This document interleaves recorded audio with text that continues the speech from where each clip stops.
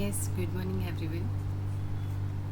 सो हमारे previous lecture में हमने पढ़ा था फ्री कंसेंट। फ्री कंसेंट में हमने 2 पॉइंट्स ऑलरेडी कर लिया है, that is coercion and undue influence. अब हम कंटिन्यू करेंगे फ्रॉड के साथ, next topic that is fraud. Previous lecture में हमने पढ़ा था कि coercion, undue influence, fraud, misrepresentation, mistake किसी भी एग्रीमेंट में नहीं आनी चाहिए। अगर किसी एग्रीमेंट में ये चीज़ें आती हैं तो वी विल कंसिडर दैट कि वो जो एग्रीमेंट है it will be null and void, not null and void, voidable. और अगर उसमें से मिस्टेक अगर आ जाती है तो फिर वॉइड हो जाएगा। मिस्टेक आई तो void, otherwise only voidable.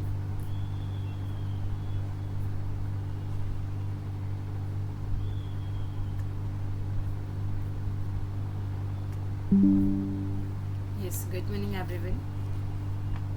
So previous lecture में हमने डिस्कस किया था कंसेंट में हमने डिस्कस किया था दैट कंसेंट में एक वैलिड कंसेंट को एक वैलिड कंसेंट बनने के लिए उसमें कुछ चीज़ें नहीं होनी चाहिए, जैसे कि coercion, undue influence, fraud, misrepresentation, mistake. अगर ये चीज़ें उसमें आती हैं तो कॉन्ट्रैक्ट जो है वो वॉइडेबल हो जाता है। अगर मिस्टेक आता है लास्ट वाला तो दैट इज़ वॉइड। उसके अलावा ऑल अदर चीज़ें अगर आती हैं तो कॉन्ट्रैक्ट हमारा वॉइडेबल होता है। तो कोवर्जन और अनड्यू इन्फ्लुएंस प्रीवियसली हमने डिटेल में डिस्कस कर लिया है, that's why we are going to continue with the fraud. So fraud, before starting with the fraud it is important for us to know about the what is the meaning of a fraud. तो अगर हम fraud के meaning को देखेंगे तो fraud means when we commit any act जहाँ पे पहली बात तो फ्रॉड करेगा कौन।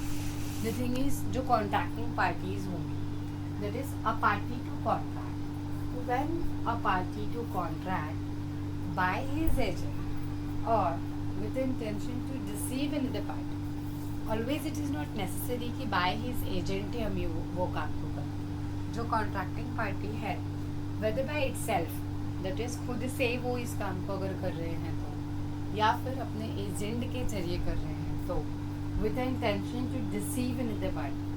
क्यों कर रहे हैं? दूसरे पार्टी को डिसीव करने के लिए, that is try to make someone believe something which is not true. Deceive, the term deceive means यानी कि किसी को ऐसी बात बोलना जो कि सच ना हो, फिर भी झूठ बात के लिए उसको बिलीव करना, to try to make somebody believe something which is not true. तो जब कोई किसी का एजेंट या फिर आप खुद विद रॉन्गफुल इंटेंशन किसी को रिसीव करते हो अनदर पार्टी को, तो हम कंसिडर करते हैं कि आप फ्रॉड कर रहे हो। इट इज़ नॉट नेसेसरी कि आप अनदर पार्टी को डायरेक्ट उसी को रिसीव कर रहे हो। आपने अगर उसको डिसीव किया, दैट इज़ उससे झूठ बोला, या फिर उसके एजेंट को डिसीव किया या उन्हें इंड्यूस किया, सो दैट क्यों कर रहे हैं हम ये सब? सो दैट वो हमारे एग्रीमेंट या कॉन्ट्रैक्ट में एंटर कर ले। तो अगर आप ऐसा करते हो तो still we will say that कि यहाँ पे फ्रॉड कमिट हो गया है। So this is one of the point जहाँ पे फ्रॉड हो सकता है। Second is if the suggestions as to the fact of that which is not true by the one who does not believe it to be true.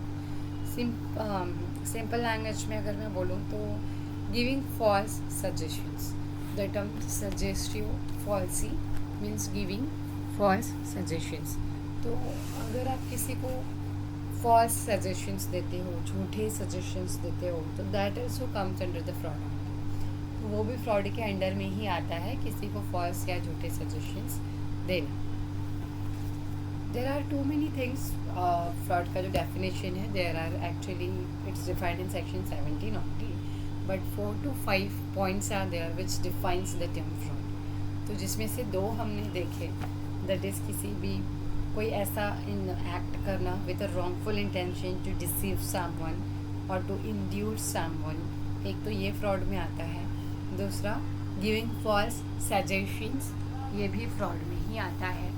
तीसरा an active concealment of a fact, यानी कि जानबूझकर किसी fact को conceal करना, छुपाना, an active concealment of a fact which कौन सा fact which it is his duty to disclose, जहाँ पे हमारी ड्यूटी थी डिस्क्लोज करने की, उस फैक्ट को हमने छुपाया.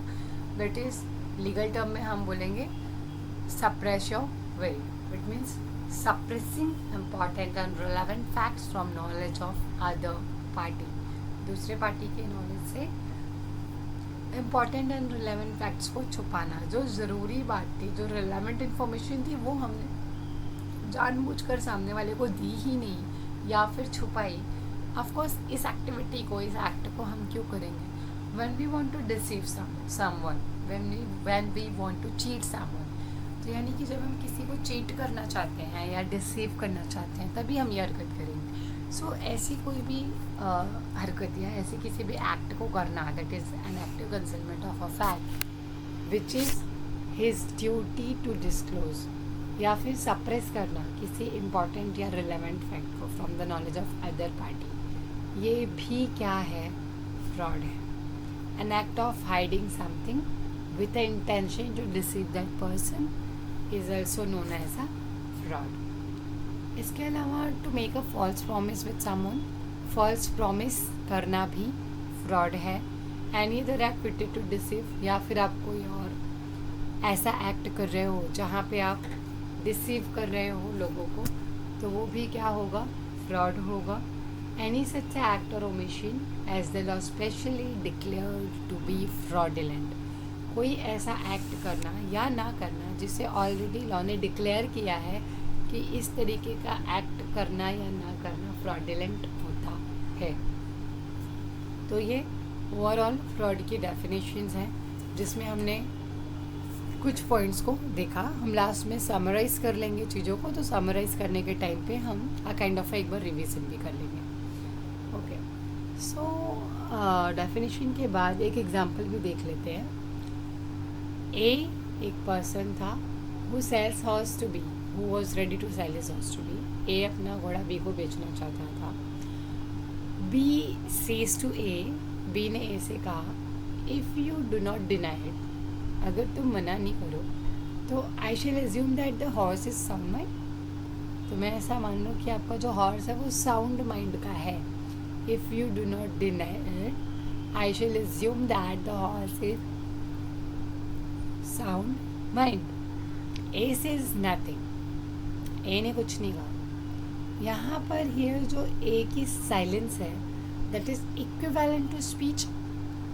यहाँ पे ए का साइलेंस जो है वो इक्विवेलेंट टू स्पीच है, क्योंकि बी ने कहा था कि अगर तुम डिनाई नहीं करोगे तो मैं मानूंगा कि हॉर्स साउंड माइंड है. उसने डिनाई नहीं किया, वो चुप था, डिनाई नहीं किया. इट मीन्स हम मानेंगे कि ही इज़ रिप्रेजेंटिंग दैट कि उसका जो हॉर्स है वो साउंड माइंड है. But this was not the truth. सच्चाई तो ये थी कि horse was of unsound mind. A is nothing. यहाँ पे जो ए की साइलेंस थी, silence, it was equivalent to speech, but उसने नहीं बोला. Here the relation between the parties जो है, it would make it is duty to tell B if the horse is of unsound mind. यानी इस agreement में अगर आप जनरली देखो तो फिर क्या होना चाहिए था? ए की ड्यूटी है कि वो बी को बताए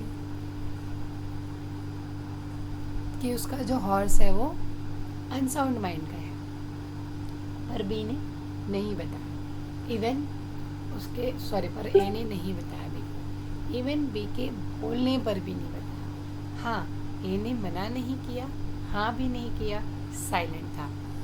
तो साइलेंट क्यों था? Because he was knowing that horse तो साउंड माइंड नहीं है एंड ही वॉन्ट्स कि बी इसको एक बार खरीद ले, मुझे पैसे मिल जाए, मुझे क्या करना है. Somewhere he has mentality to deceive B. That's why is not speaking only ना. अगर उसके पास डिसीव करने का इंटेंशन नहीं है तो फिर तो वो आराम से बता देगा कि नहीं भाई ये घोड़ा अनसाउंड माइंड है तो तू दूसरा घोड़ा लेके जा. बट ऐसी कोई बात ए ने कही ही नहीं, जबकि घोड़ा अनसाउंड माइंड था. तो ये एक एग्जाम्पल था हमारा फ्रॉड को लेकर. नेक्स्ट हम आ जाते हैं नेक्स्ट पॉइंट पे, that whether silence amounts to fraud, क्या चुप रहना फ्रॉड होता है? So actually speaking general rule says mere silence without any duty to speak does not amount to fraud. यानी सिर्फ चुप रहना जहाँ आपकी स्पीक करने की ड्यूटी ही नहीं है तो फ्रॉड नहीं होता. mere silence without any duty to speak does not amount to fraud.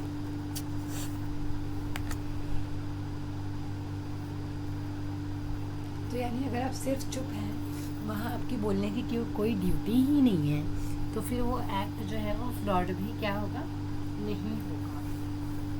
तो ये इफ क्वेश्चन है that whether silence amounts to fraud, so mere silence does not amount to fraud if you don't have duty to speak. So we have to remember this line. After that, silence fraud कब होता है? अभी हमने बोला कि भाई अगर आपकी ड्यूटी टू स्पीक नहीं है तो आपका साइलेंस में फ्रॉड नहीं है.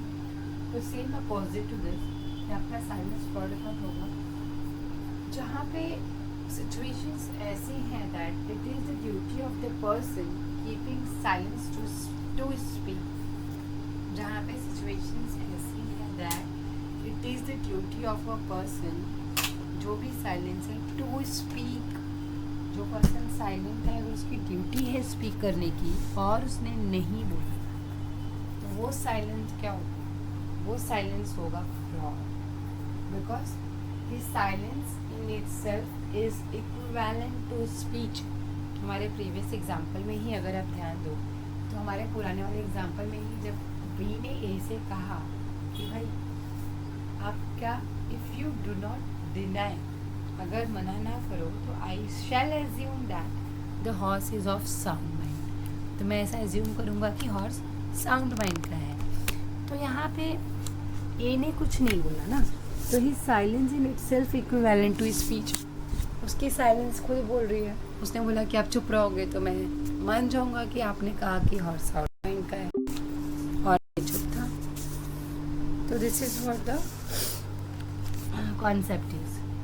सो इन केस, अब जैसे हमने दो कॉन्सेप्ट पढ़ा कि silence without any duty, okay, silence with the duty to speech, wrong, that is fraud. So in case अगर ऐसा हो, where in case where there is a duty to disclose but नहीं किया तो नॉन डिस्क्लोजर क्या होगा, what will the consequences of non disclosure. जैसे A B के केस में हमने देखा कि ए ने नहीं डिस्क्लोज किया, ही वॉज साइलेंट, जबकि उसकी ड्यूटी टू स्पीक थी. तो ऐसे सिचुएशंस में व्हाट विल हैपन, हम ऐसा कंसिडर करेंगे दैट कि ए ने क्या किया है, ब्रीच ऑफ ड्यूटी का ऑफेंस कमिट किया है by non disclosing some material facts. Okay, तो ब्रीच ऑफ ड्यूटी यहाँ पर हुई है. तो in cases where there is a duty to disclose, वहाँ पे non disclosure amounts to breach of duty. Why?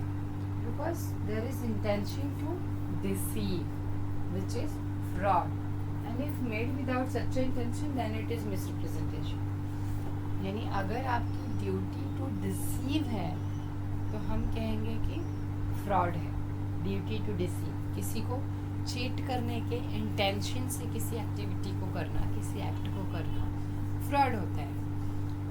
और अगर इंटेंशन टू चीट नहीं है, दैट इज हम डिसीव नहीं कर रहे हैं, एक्चुअली हमें खुद भी एक्चुअल नॉलेज नहीं है. जैसे कि ए को, सेम एग्जांपल ले लो, एक घोड़ा बी को बेच तो रहा था पर घोड़ा ए का नहीं था, घोड़ा डी का था. डी ने ए से कहा था कि मुझे अपने घोड़े बेचने, ए ने यूं ही बातों बातों में कह दिया बी को कि घोड़े बेचने हैं. सी को, तुम ले लो घोड़ा, मैं ला के दे देता तुमको, जस्ट हैव एन एग्रीमेंट. तो ऐसे सिचुएशन में ए को नहीं पता कि सी के पास जो घोड़ा है वो अनसाउंड माइंड है. तो ए क्या बोलेगा, सी के पास घोड़े हैं, उसे बेचना है, मैं लेके आता हूँ, तू ले ले भाई, अच्छे अच्छे घोड़े हैं. यानी कि क्या हो रहा है कि ए को खुद ही नहीं पता कि वो जिन घोड़ों को बेचने की बात कर रहा है वो साउंड माइंड के नहीं है, वो अनसाउंड माइंड के हैं. जब ए को खुद नहीं पता है तो ऐसे जो कॉन्ट्रैक्ट्स होंगे वो मिस रिप्रेजेंटेशन वाले.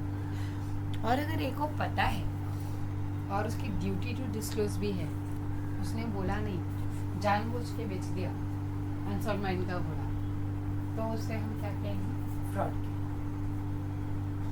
Yes, next we have it is not always the duty of the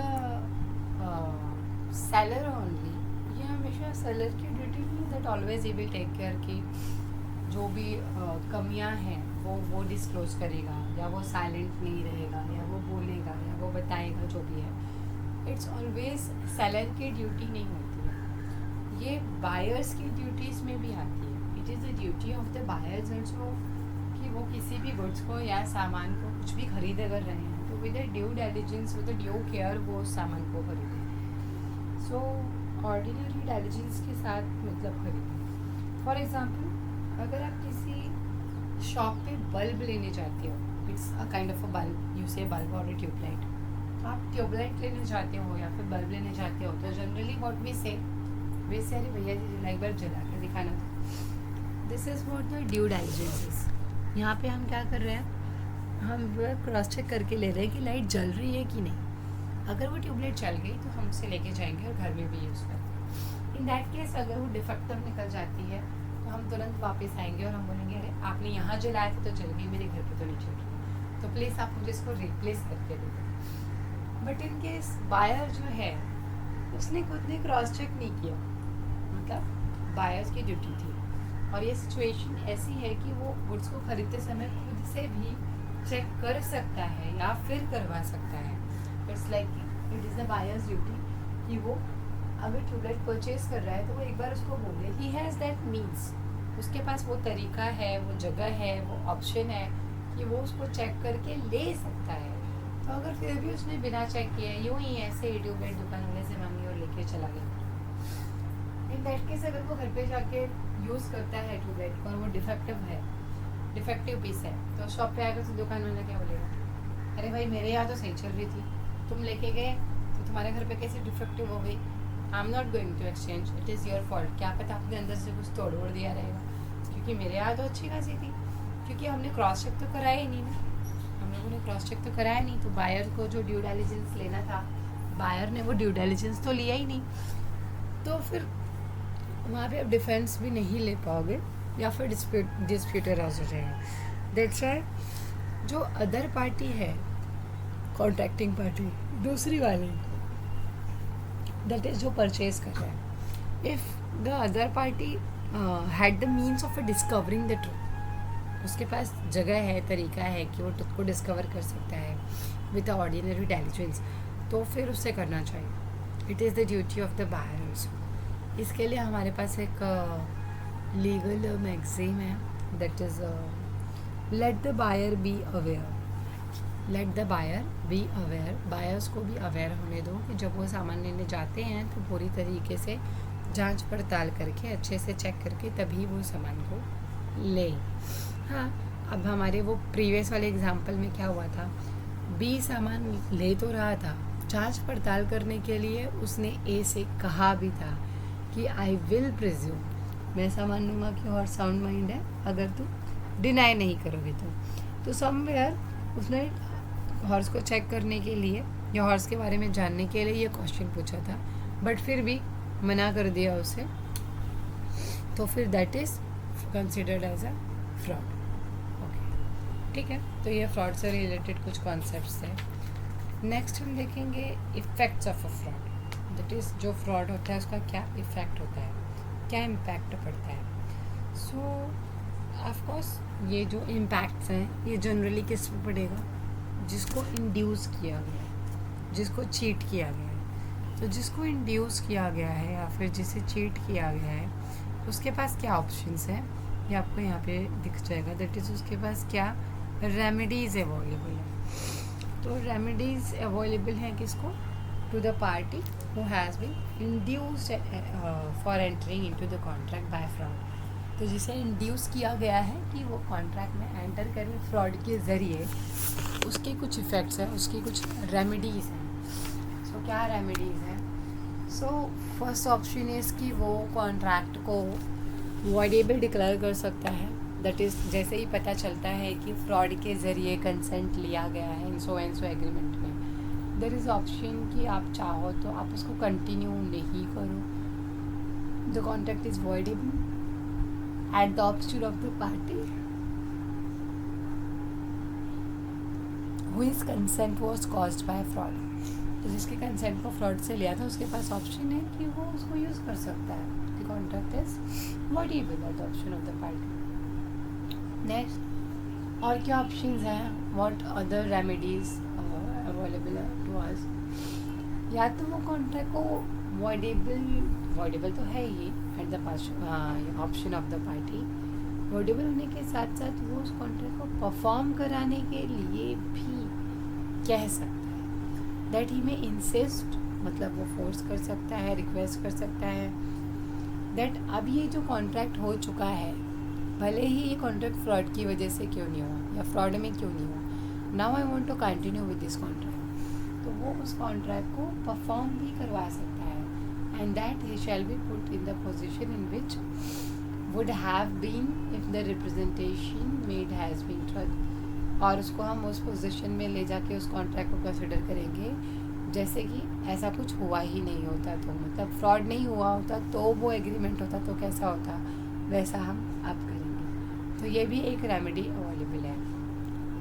और क्या क्या रेमेडीज अवेलेबल है? Next remedy we have, he may resign the contract within a reasonable time under the specific relief act 1963. यानी कि वो contract को cancel भी कर सकते हैं with in a reasonable time, एक रीजनेबल टाइम के under the specific relief act 1963. ये चीज़ मैंने पहले भी बताई थी दैट कि हम कॉन्ट्रैक्ट को कैंसिल तो कर ही सकते हैं but with in a certain period. जैसे कि स्पेसिफिक रिलीफ एक्ट के अंदर एक लिमिटेशन एक्ट है हमारा जो हमको हर चीज़ों से रिलेटेड लिमिटेशंस को बताता है कि इट्स लाइक चेक बाउंसिंग का केस है तो आप कितने दिनों में केस फाइल कर सकते हैं, किसी को आपने पैसे दिए हैं तो कितने दिनों में आप रिकवर कर सकते हो. तो लिमिटेशन का हमको ध्यान रखना होता है. तो we may insist that the contract shall be perform, और नहीं परफॉर्म करना है तो मतलब वो ऑप्शन है पार्टी के पास, चाहिए तो परफॉर्म करवा सकता है. He may resign the contract within reasonable time. Contract आपको क्या करना चाहिए, कैंसिल कर देना चाहिए. अगर आपने with in reasonable time contract को कैंसिल नहीं किया और आपके पास टाइम था तो लेटर ऑन क्या होगा, आप बाद में उसको कैंसिल नहीं कर सकते. He has a right to sue for damages. इन सब के अलावा आप डैमेजेस भी क्लेम कर सकते हो. इट्स लाइक ये जो प्रोसीजर था हमारा फ्रॉडुलेंट सिचुएशन वाला, इसमें आपके साथ इट्स लाइक बहुत सारा मेंटली या बहुत सारा टॉर्चर, थोड़ी बहुत थिंकिंग, मेंटल पीस आपका चला गया होगा. तो ऑफकोर्स क्योंकि फ्रॉड अगर हमारे साथ कमिट होता है तो फिर it's difficult situation to face तो अगर ऐसा कुछ हुआ है तो we have a right to sue for the damages. तो यानी अगर हम चाहें तो हम डैमेजेस भी क्लेम कर सकते हैं from the second party sorry. तो these are the some effects of a fraud. ये फ्रॉड के कुछ इफ़ेक्ट्स थे. तो ओवरऑल हमने फ्रॉड का मीनिंग देखा with 2 legal term plus whether silence amounts to fraud और नॉट, और एक तीसरी सिचुएशन हमने देखी that is effects of a fraud, कि फ्रॉड के क्या क्या इफ़ेक्ट्स हैं. No come to the next point, that is misrepresentation. Misrepresentation is defined under section 8.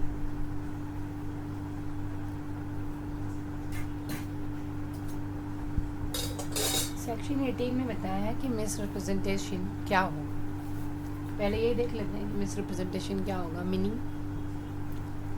After that further proceed करेंगे. सो misrepresentation means a kind of a positive assertion of what is not true. यानी ऐसी कोई बात सच कह के बताना जो सच नहीं है, यानी सच नहीं है but even that person is believing कि वो सच है और वो सामने वाले को वैसे ही बता रहा है, यानी कि even though the person making it might believe it to be true, जो पर्सन उसे कह रहा है वो भी बिलीव करता है कि वो बात सच है, बट एक्चुअली में नहीं है। Therefore untrue statement is made without any reasonable ground of belief that it is true, यानी कि किसी झूठे स्टेटमेंट को हम बिना किसी ग्राउंड के सच मानकर सामने वाले को बता रहे हैं और उसे भी उसी पे एग्री करने के लिए। This is what the misrepresentation is.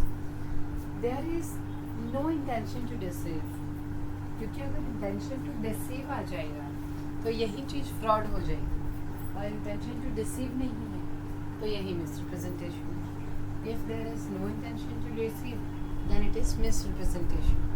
Misrepresentation, देखो उसका जो टाइटल है, उसका जो नाम है मिसरिप्रेजेंटेशन, उसी में है mis statement of a fact material to contract. Representation मतलब statement of a fact material to contract. Mis statement, wrong statement बताना, मटेरियल फैक्ट के बारे में गलत बताना, कोई और बात बता देना जो कि सच नहीं है। तो ऐसी कोई एक्टिविटीज़ को अगर हम करते हैं तो वो मिसरिप्रेजेंटेशन में आता है, जो कि सच है बट हमें झूठ लग रही है या फिर हमें अलग लग रही है जो कि सच नहीं है। फॉर एग्जाम्पल ए एक पर्सन है जिसने बी से कहा कि भाई मुझे मेरी कार बेचनी है, if you have any car purchase करने के लिए तो फिर बताना मुझे। ए ने बी से कहा, नाउ बी ने सी से कहा कि भाई एक कार है, परचेज करना है क्या? सी ने बोला कि हाँ करना तो था बट थोड़ा मुझे न्यू मॉडल की चाहिए, it's like I don't want old वाला मॉडल, थोड़ा कंसेशन रेट में भी चाहिए और सेकेंड हैंड रहेगी तो चलेगी, बस थोड़ा मॉडल और न्यू वाला होना चाहिए। तो बी ने कहा हाँ ठीक है ना, न्यू मॉडल की है, मिल जाएगी तुझे। बट यहाँ पर बी को खुद नहीं पता कि ए के जो कार का मॉडल है वो न्यू है या फिर वो पुराना है या फिर कभी का है या फिर कौन सा है, but he is giving assurance to she that yes yes मिल जाएगी आपको। तो आप टोकन दे दो पहले, कार धीरे धीरे मैं आपकी बात करा देता हूँ, फिर आपको डिलीवर कर दूँ। इन दिस सिचुएशन में we are making assertion, we are giving statement which is not true, which is untrue, ये सच नहीं है। या फिर खुद बी को खुद ही सच्चाई नहीं पता कि कितनी बातें उसमें से सच थी या कितनी बातें उसमें से सच नहीं थी, जो कि वो सी को बता रहा था। तो ये मिसरिप्रेजेंटेशन है, जहाँ पे हम चीज़ों को मिसरिप्रेजेंट करते हैं। नेक्स्ट वी हैव ये जो मिसरिप्रेजेंटेशन आपका डेफिनेशन है सेक्शन 18 में, again it is divided into 2 to 3 parts, 2-3 parts में डिवाइडेड है। तो सबसे पहले पार्ट्स ने तो यही बोला जो अभी मैंने बताया, दैट इज मिस स्टेटमेंट्स को देना, गलत स्टेटमेंट्स को देना विच is not true by believing that this is true. This point we have any breach of a duty which amounts to intention to deceive, gain advantages to the person committing it, or anyone claiming under him by misleading another to his prejudice or to prejudice of another claiming under him. What it means? It means अगर आप किसी भी तरीके की duty को breach करते हो तो वो भी मिसरिप्रेजेंटेशन में आएगा। Of course, without an intention to deceive, but to gain an advantage to the person committing. और किसी एडवांटेज को गेन करने के लिए, for gaining any advantage, तो किसी एडवांटेज को गेन करने के लिए हम क्या कर रहे हैं, इस काम को कर रहे हैं। For gaining any advantage, what we are doing, हम मिसरिप्रेजेंट कर रहे हैं चीज़ों को, अपनी ड्यूटी को ब्रीच कर रहे हैं, तो that is also misrepresentation. For example एक डॉक्टर है, उसका एक पेशेंट है, डॉक्टर ने पेशेंट से कहा कि आपको सो एंड सो बीमारी है, इसका इलाज हो जाएगा, लेकिन इसके लिए हमको आपको ऑपरेट करना पड़ेगा, दिस इज आपका ऑपरेशन करना पड़ेगा। एंड ऑपरेशन जो है वो देयर इज चांसेस मैक्सिमम कि वो सक्सेस हो जाएगा। और उसने कहा ठीक है आप पैसे जमा कर दो, हम सक्सेस कर देंगे आपको ऑपरेशन, कोई टेंशन नहीं है, हो जाएगा। बट रियलिटी वॉज कि उस operation there was a 2 to 3% का risk, so it was the duty of the doctor doctor की ड्यूटी है कि जो थोड़ा बहुत भी रिस्क है वो उसे अपने पेशेंट को बताए कि भाई 99% और 97% वी हैव ऑप्शन की हो जाए, but 2 to 3% there is option की नहीं भी हो सकता है। तो यानी ऐसी चीज़ें हैं कि ब्रीच ऑफ द ड्यूटी किया है यहाँ पे उसने। क्यों? ये फैक्ट है डिस्क्लोज ना करके कि उस ऑपरेशन में रिस्क भी है, plus he is taking advantage. वो तो बस चाहता है कि ठीक है चलो ऑपरेशन कर देंगे, रिस्क नहीं है, अगर ऐसा कहा है तो इट मीन्स उसने अपनी ड्यूटी को ब्रीच किया। It was duty of the doctor कि किसी भी रिस्क को एक्सप्लेन करे और फिर ऑपरेट करे। तो यहाँ रिस्क को एक्सप्लेन ना करते हुए उसने क्या किया, फ़ायदा उठाया। तो ये हमारा ये जो सिचुएशन है ये भी मिसरिप्रेजेंटेशन में आती है। नेक्स्ट डेफिनेशन वी हैव, ये जो next not definition, next point misrepresentation के आपके ये दो पॉइंट्स हैं। इसके अलावा causing however innocently a party to an agreement to make a mistake as to subsistence of thing which is subject matter of the agreement. ये हमारा तीसरा पॉइंट है। ओवरऑल ये 3 पॉइंट्स मिला के these are the points related to misrepresentation। तो ये चीज़ें आपके मिसरिप्रेजेंटेशन में आती हैं। We are done with the meaning of misrepresentation. Meaning के बाद एक एग्जांपल भी देख लेते हैं मिसरिप्रेजेंटेशन का। तो for example A says B that C का horse is very good horse and runs 20 miles at a stretch. A says B, A ने B से कहा कि C का जो घोड़ा है वो बहुत अच्छा है और runs 20 miles at a stretch. A believes the statement to be true. A ने मान लिया कि B ने जो कहा है वो स्टेटमेंट ट्रू है।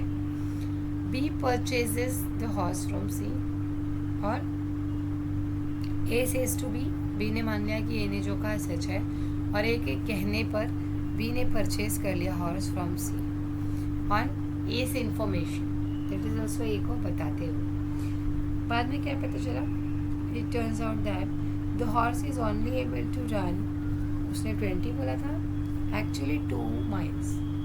तो ये मिस रिप्रेजेंटेशन जहाँ पे ए को खुद नहीं पता था कि वो जिस हॉर्स की बात कर रहा है, जिस हॉर्स को खरीदने वाला है भी, वो हॉर्स कितने माइल्स तक रन करती है। तो फैक्ट्स को पता ना होना फिर भी उसको फॉल्सली रिप्रेजेंट कर देना क्या होगा, miss representation. This is one of the example of miss representation.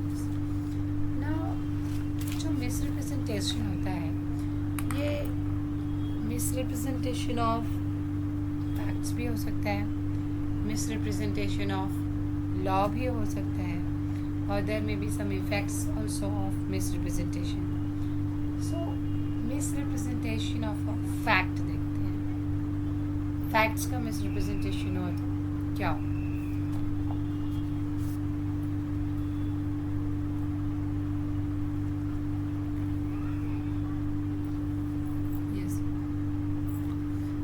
अभी तक हमने पढ़ा that consent given under the misrepresentation of a fact is no consent at all and it only gives the right to the party whose consent is so caused to avoid the contract.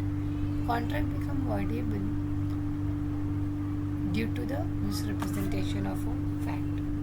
Contract जो है वो voidable होता है due to the misrepresentation of a fact। अगर आपके साथ misrepresentation practice हुई है तो you have an option कि आप contract को voidable यानी कि void declare करा सकते हो, या फिर आपको continue करना है तो you may continue it. Okay, this is what misrepresentation of fact is. Next is effects of misrepresentation. Misrepresentation के effects क्या क्या? So parties, वो parties whose consent is caused by misrepresentation, जिसकी consent को misrepresentation के थ्रू लिया गया है, मिस रिप्रेजेंट करके जिसकी कंसेंट को लिया गया है, वो क्या कर सकती है? The very first and common point that is avoid the contract. वो कॉन्ट्रैक्ट को कैंसिल कर सकती है, resign the contract of course with in the reasonable time under the specific relief act 1963। तो ये पॉइंट्स तो कॉमन है भाई कि विद इन स्पेसिफिक टाइम आपको कोई भी काम करना है। तो कॉन्ट्रैक्ट को यहाँ पे हम रिसाइन भी क्या करेंगे, दैट इज कैंसिल भी कब करेंगे? With in a reasonable time. Third option क्या है हमारे पास? या तो हम कैंसिल कर देंगे या हम कैंसिल करेंगे विद इन रीजनेबल टाइम, थोड़ा डिस्कस करके सोच के। Third point we have that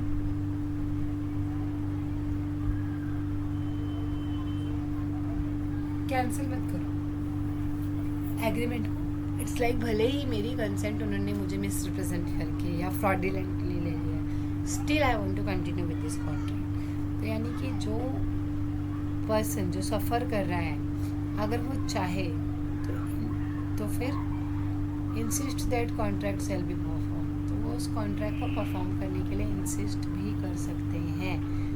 and that he shall have put in the position in which he would have been if the representation would have been true.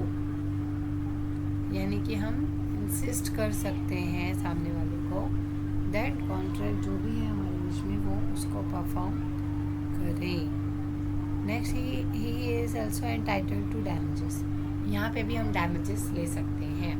तो these are the effects of misrepresentations are. क्या क्या effect था? Contract को avoid कर देना या फिर resign कर देना under the reasonable time with in a specific period limitation act. Such act जो है, ये कॉन्ट्रैक्ट जो है वो परफॉर्म होने ही चाहिए एनी हाउ अगर वो चाहेगा तो। कौन? पार्टी चाहेगी तो। Plus he is also entitled to damages. Damages के लिए भी आप क्लेम कर सकते हो in case of a misrepresentation. Next we have when misrepresentation does not avoid the contract. अभी तक हमने पढ़ा कि अगर मिसरिप्रेजेंटेशन है तो आपका कॉन्ट्रैक्ट वॉइडेबल हो जाएगा या फिर कैंसिल हो जाएगा पार्टी के ऑप्शन पे। बट देयर आर सिचुएशन जहाँ पे कॉन्ट्रैक्ट्स कैंसिल या वॉइडेबल नहीं होते हैं। For example, if any party whose consent was caused by the misrepresentation had the means of discovering the truth with ordinary diligence. If the party whose consent was caused by misrepresentation had the means of discovering the truth of ordinary diligence, यानी अगर आपके पास वो time है, duration है, ज़रिया है जहाँ पे आप सच और सही को ढूंढ सकते थे, तो ऐसी जगहों पे आपको ये बेनिफिट नहीं मिलेगा। कौन सा बेनिफिट नहीं मिलेगा? If the party whose consent was caused by misrepresentation had the means of discovering that. अगर आपके साथ मिसरिप्रेजेंटेशन होता ही नहीं ना, अगर आपके पास you have power to discover the truth, अगर आप ट्रूथ को डिस्कवर कर सकते हो, साउंड माइंड पर्सन, वहाँ पर दिमाग सब काम कर रहे हैं कि कौन से टर्म्स एंड कंडीशंस आपके लिए अच्छे हैं, कौन से टर्म्स एंड कंडीशंस आपके लिए अच्छे नहीं हैं। 25 में आपको ये देख लेना चाहिए था ना। So if the parties whose consent was caused by representation had the means of, क्या मींस है उनके पास कि वो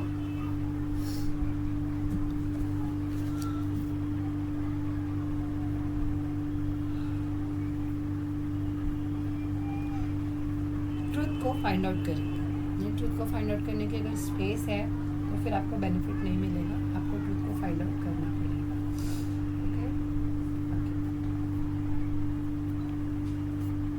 एक और एग्जांपल देख लेते हैं जहाँ पे misrepresentation does not avoids the contract, जहाँ पे मिसरिप्रेजेंटेशन भी होता है और कॉन्ट्रैक्ट वॉइड भी नहीं होता। ऐसा एक एग्जांपल देखते हैं हम।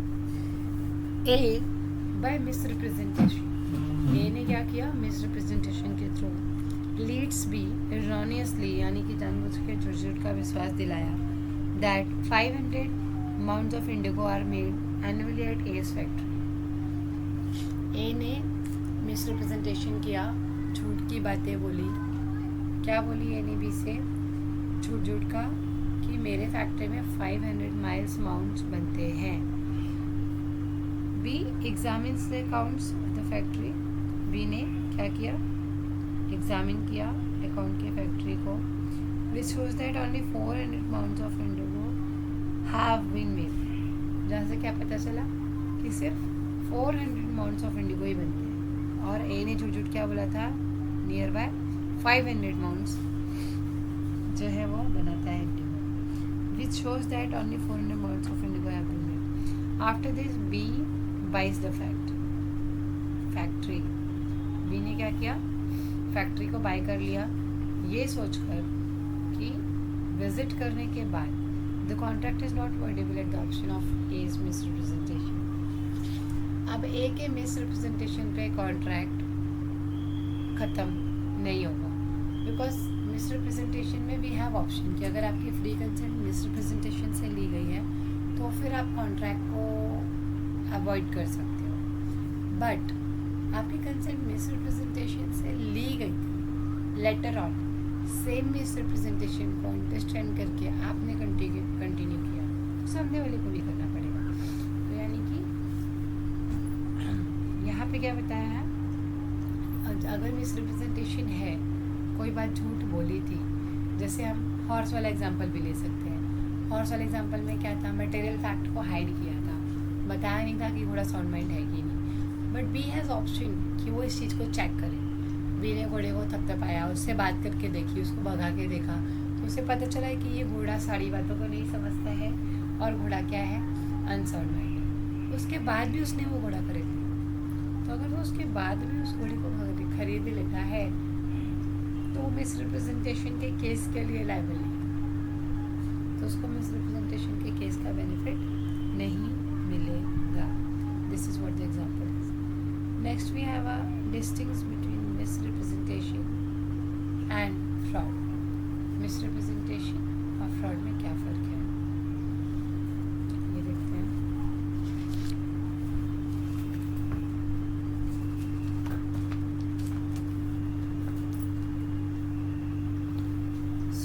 मिसरिप्रेजेंटेशन और फ्रॉड में डिफरेंस ज़्यादातर तो एक ही है कि फ्रॉड में इंटेंशन टू डिसीव है, मिसरिप्रेजेंटेशन में इंटेंशन टू डिसीव नहीं है। यहाँ पे हमको खुद ही नहीं पता होता है कि हम जो आगे वाले को बताने वाले हैं वो कितना सच है। तो मिसरिप्रेजेंटेशन में there is no intention to deceive and fraud में there is intention to deceive. Misrepresentation में फॉल्स इनोसेंट स्टेटमेंट दिए जाते हैं without any intention to deceive. Fraud में किया जाएगा, जानबूझ के फॉल्स स्टेटमेंट्स, डेलिबरेटली बोले वाले स्टेटमेंट्स दिए जाते हैं। यहाँ पे मिस रिप्रेजेंटेशन में इनोसेंसी में दिया जाता है और फ्रॉड में जानबूझ कर, that is deliberately made the. Deliberately हम क्या करते हैं, डिसीव इज फ्रॉड है ये प्रूफ करने की कोशिश करते हैं। The person it makes contract wordable at the quorum of the party injured, at the option of the party injured. It makes the contract wordable, यानी कि मिसरिप्रेजेंटेशन जो है वो कॉन्ट्रैक्ट को वर्डेबल कर देता है। अगर मिसरिप्रेजेंटेशन कॉन्ट्रैक्ट को वर्डेबल कर देता है अगर पार्टी उस consent was so cost had the money on the contract cannot be ordered by the person.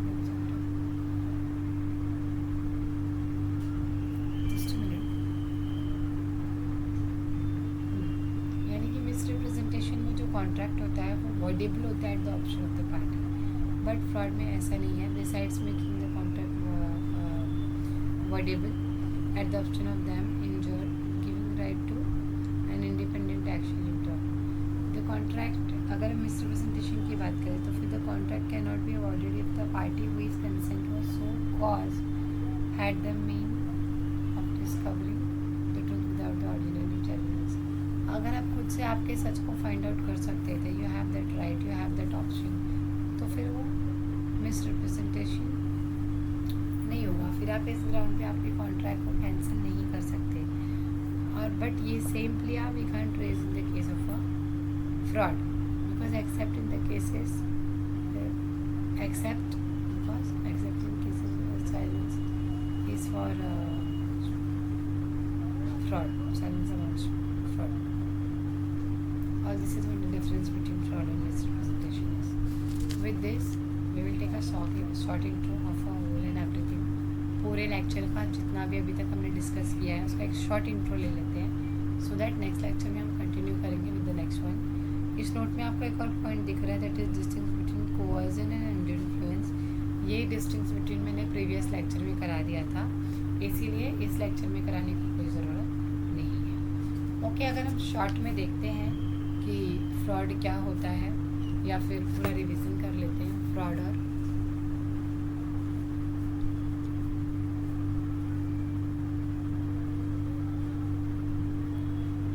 Misrepresentation का लेक्चर को रिवाइज कर लेंगे. So the term fraud means हमने क्या पढ़ा कि जब कोई कॉन्ट्रैक्टिंग पार्टी कमिट करती है किसी एक्ट को खुद से या फिर उसके एजेंट की तरफ से. क्यों करती है? With the intention to deceive another party, किसी दूसरे पार्टी को डिसीव करने के इंटेंशन से, उसको चीट करने के इंटेंशन से, उसे इंड्यूस करने के इंटेंशन से, सो दैट वो कॉन्ट्रैक्ट में एंटर कर ले, तो हम इसे फ्रॉड कहेंगे. इसके अलावा द सजेशंस, अगर आपने कोई सजेशंस दिया है विच इज़ फॉल्स सजेशंस, तो अगर आपने फॉल्स सजेशन दिया है तो that comes under the definition of a fraud only. अगर आपने कोई एक्टिव कंसीलमेंट की है किसी पास्ट के एक्टिव के या किसी इम्पॉर्टेंट फैक्ट के which was necessary to tell, जो कि बताना ज़रूरी था, जहाँ पे ड्यूटी टू डिस्क्लोज थी, जहाँ पे ड्यूटी टू स्पीक थी, अगर वहाँ पे आपने नहीं बोला और आपने स्पेशल फैक्ट्स को छिपाया है, तो वो भी क्या है? फ्रॉड है. अ फॉल्स प्रॉमिस, आपने झूठी प्रॉमिस की है. आज तक एक भी प्रॉमिस, मतलब आप जब भी बोलते हो तब आप झूठी प्रॉमिस ही करके जाते हो, तो अगर आप फॉल्स प्रॉमिस करते हो तो that also comes under the definition of a fraud. Any other act fitted to deceive, यानी कि जानबूझकर ऐसी एक्ट और एक्टिविटीज़ को करते हैं कि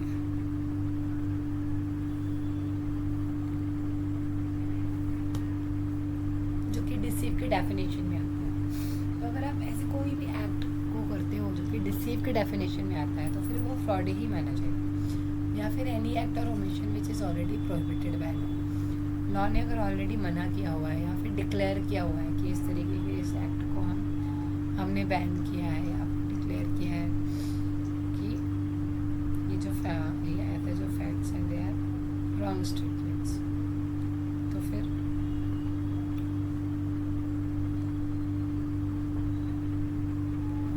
ठीक है. So any such act or omission in the law specially declares to be fraudulent. ये भी क्या होगा? फ्रॉडुलेंट होगा. एक एग्जांपल हमने देखा था कि बी ने ए से कहा कि भाई घोड़ा अगर आपको नहीं बेचना है तो मैं मान लेता हूँ, सॉरी आप अगर नहीं बोलोगे तो मैं मानूंगा कि आपका घोड़ा साउंड माइंड है. तो ए नहीं बोला, इट मीन्स घोड़ा साउंड माइंड है. Simply the question arises with the silence amounts to fraud. Answer is yes. mere silence without any duty amounts to no fraud, but fraud with the duty, where the circumstances, situations ऐसी है where the people है वो with the duty, अगर अपनी duty को पूरा कर रहा है, कीपिंग साइलेंस टू स्पीक, तो वहाँ पे क्या होगा?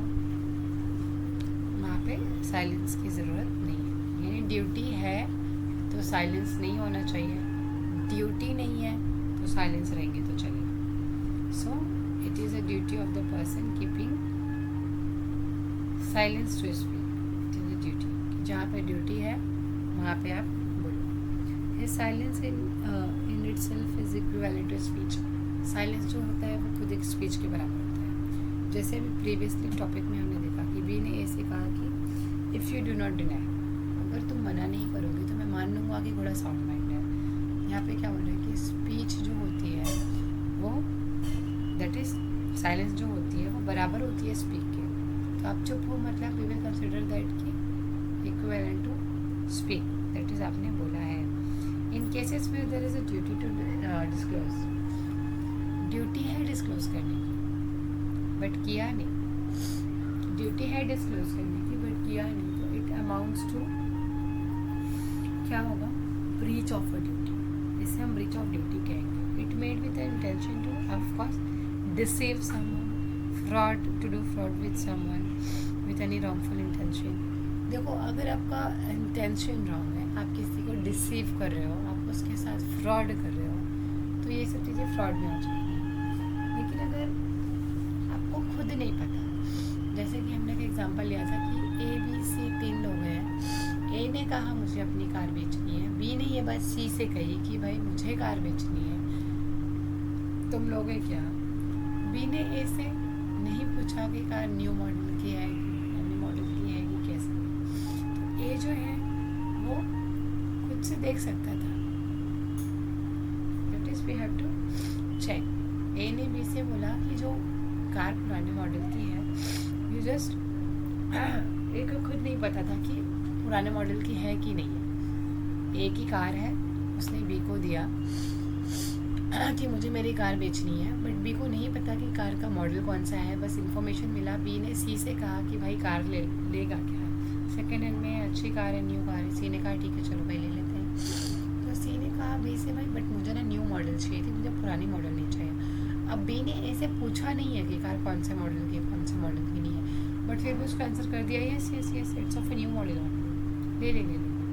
This is what the misrepresentation is. कि जानबूझ के किसी को ऐसी बात बताना जो या तो आपको खुद नहीं पता है, या तो आपको पता है बट आपको सच पता है और आप सामने वाले को झूठ बोल रहे हो या किसी और मैनर में बोल रहे हो. Okay, further if the other party had the means of discovering the truth, तो फिर थोड़ी लाइबिलिटी तो उसकी भी बनती है. That is we have a concept of a let the buyer be aware. That is अगर कोई बायर है तो उसकी भी ड्यूटी है कि वो चीज़ों को क्रॉस चेक करके ही खरीदे. It is not the always the duty of the seller only कि वही हमेशा चीज़ों पे ध्यान रखेगी कि कहीं बायर ना आए. सो बायर जो है ये उसकी ड्यूटी है कि वो ट्रुथ को डिस्कवर करे. फॉर एग्जांपल हम एक एग्जांपल ले लेते हैं बल्ब का, कि अगर आप शॉप पे जाते हो ट्यूबलाइट खरीदने के लिए, तो हमने देखा कि जब आप ट्यूबलाइट खरीदोगे तो ये बायर की ड्यूटी है कि उसको चेक करा के दो. और अगर आप चेक करा के नहीं लेते हो तो लेटर ऑन थोड़ी सी प्रॉब्लम ज़रूर हो जाएंगी. थोड़े बहुत फ्रॉड के इफेक्ट्स हमने देखे. फ्रॉड का इफेक्ट ये हुआ कि या तो हम कॉन्ट्रैक्ट को वॉइडेबल करा देंगे, या फिर हम कॉन्ट्रैक्ट को परफॉर्म करने के लिए फोर्स करेंगे, या फिर हम कॉन्ट्रैक्ट को कैंसिल ही कर देंगे, या फिर हम वहाँ पे डैमेज क्लेम करेंगे. ओके, तो ये ऑप्शन हमारे पास अवेलेबल है. इन केस ऑफ अ मिसरिप्रेजेंटेशन अगर हम रिवाइज करें तो misrepresentation means positive assertion of what is not true. Misrepresentation मतलब पॉजिटिव असर्शन जो कि सच नहीं है, जो हमें लगता है कि सच है बट वो सच होता नहीं है. तो इस तरीके के जो पॉजिटिव असोसिएशन हैं जो कि ट्रू नहीं है, even though we are making it like अपना, even though we believe it to be true, अपना काम करने के लिए. Therefore, we can say that untrue statement made without any reasonable ground of belief that is true. किसी untrue statement को without किसी reasonable ground के बिलीव करवाना है कि ये सच है, ये मिसरिप्रेजेंटेशन है, but there is no intention to deceive. Deceive का इंटेंशन नहीं है, बस एक एडवांटेज उठाने का, फ़ायदा उठाने का ऑप्शन है कि भाई ऐसा हो गया तो हम थोड़ा सा फ़ायदा उठा लेंगे. इंटेंशन टू डिसीव तो यहाँ पे नहीं आता.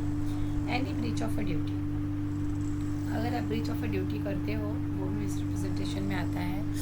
जैसे कि एक एग्जांपल हमने देखा था, डॉक्टर का एग्जांपल, जहाँ पे डॉक्टर की ड्यूटी थी टू स्पीक, बट डॉक्टर ने स्पीक नहीं किया और बातों को छुपाया, इम्पॉर्टेंट इन्फॉर्मेशन को हाइड किया. जैसे कि डॉक्टर को पता था कि इस ऑपरेशन में रिस्क भी है, बट उसने सिर्फ ऑपरेशन करने की बात बताई, रिस्क की बात नहीं बताई, बिकॉज वो क्लाइंट को कंटिन्यू करना चाहता था. तो सोचा रिस्क की बात बता दूंगा तो ऑपरेशन नहीं कराएंगे. तो समवेयर एक एडवांटेज, एक फ़ायदा लेने के लिए उसने क्या किया, किसी इंपॉर्टेंट फैक्ट को डिस्क्लोज नहीं किया और उसने अपनी ड्यूटी को क्या कर दिया, ब्रीच कर दिया. So breach of duty is also one of the point of misrepresentation. अगर हम मिसरिप्रेजेंटेशन ऑफ फैक्ट की बात करें तो consent given under misrepresentation of fact is no consent at all. अगर आप मिसरिप्रेजेंटेशन ऑफ अ फैक्ट करते हो और कंसेंट उसमें देते हो तो आपका कंसेंट नहीं माना जाएगा.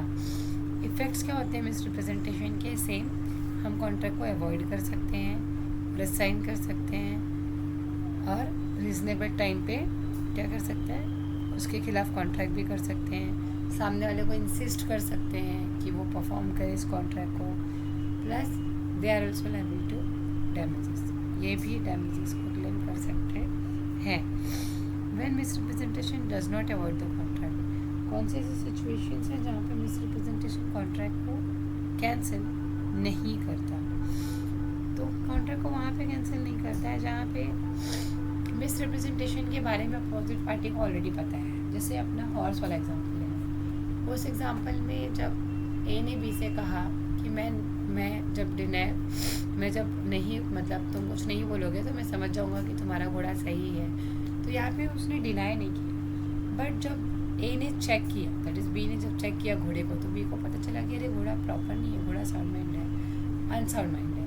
तो अगर ये बात पता चलने के बाद भी वो क्या कर रहा है, घोड़े को लेके जा रहा है, कॉन्ट्रैक्ट ऑफ सेल में एंट्री कर रहा है, तो फिर क्या हो जाएगा, फिर मिसरिप्रेजेंटेशन के पॉइंट का डिफेंस आप नहीं दे सकते, बिकॉज जो फैक्ट आपको मिसरिप्रेजेंट की गई थी, उस फैक्ट की इंफॉर्मेशन आपको मिल चुकी थी और उसके बावजूद आपने उस कॉन्ट्रैक्ट एग्रीमेंट में एंटर किया, तो फिर you are not liable for compensation और any damages. Okay, with this हमारा मिसरिप्रेजेंटेशन और फ्रॉड का कॉन्सेप्ट यहाँ पे ख़त्म होता है। डिस्टिंक्स बिटवीन हम लोगों ने नीचे तो पहले देख लिया है, ऊपर देख ही लिया है, एक बार देख लेते हैं। मिसरिप्रेजेंटेशन में क्या होता है, there is no intention to deceive, intention to deceive नहीं होता, जबकि फ्रॉड में इंटेंशन टू डिसीव होता है। मिसरिप्रेजेंटेशन में false innocent statements without any intention to deceive, false innocent statement. Fraud में कैसा होता है, false statement deliberately, it is जानबूझ के दिया जाता है। मिसरिप्रेजेंटेशन में it makes contract voidable at the option of a party. Fraud में besides making the contract voidable at the option of the party injured, it give right to independent action, independent action के rights भी देता है। The contract can not be avoided if the party who is against the contract can not be cancelled if the party who is consented about had the means of discovering the truth. अगर जो misrepresentation में जो buyer रहेगा उसके पास option है कि वो truth को फाइंड आउट कर सकता है, सही गलत समझ सकता है, करेक्ट डिसीजन ले सकता है, तो फिर कॉन्ट्रैक्ट कैंसिल नहीं होगा। और प्लिया में this plea can not be raised in the case of a fraud except in the cases of a silence amounts to fraud. Okay, with this हमारा फ्रॉड मिसरिप्रेजेंटेशन का पॉइंट भी यहाँ पे ख़त्म होता है। नेक्स्ट पॉइंट हम कंटिन्यू करेंगे हमारे नेक्स्ट लेक्चर में, that is mistake. After that हमारा फ्री कंसेंट का टॉपिक जो है वो ख़त्म हो जाएगा। Okay, so this lecture I am concluding here only, we are done with the same. And यहाँ पे जो लास्ट में डिस्टेंस बिटवीन दिया हुआ है, अभी तो मैंने मिसरिप्रेजेंटेशन ऑफ फ्रॉड का डिस्कस किया। लास्ट वाला जो है कोवर्जन एंड इन्फ्लुएंस का, undue influence, it is already discussed in our previous lecture. तो प्रीवियस लेक्चर में जाके आप देखेंगे तो आपको उसका ऑडियो मिल जाएगा, बट अभी हम डिस्कस नहीं करेंगे क्योंकि ऑलरेडी वो हो चुका है। Okay, so coercion and influence हो गया, मिसरिप्रेजेंटेशन एंड फ्रॉड हमने अभी कर लिया, अब सिर्फ हमारा मिस्टेक बचा है। Okay, that we are going to continue today only in our next lecture.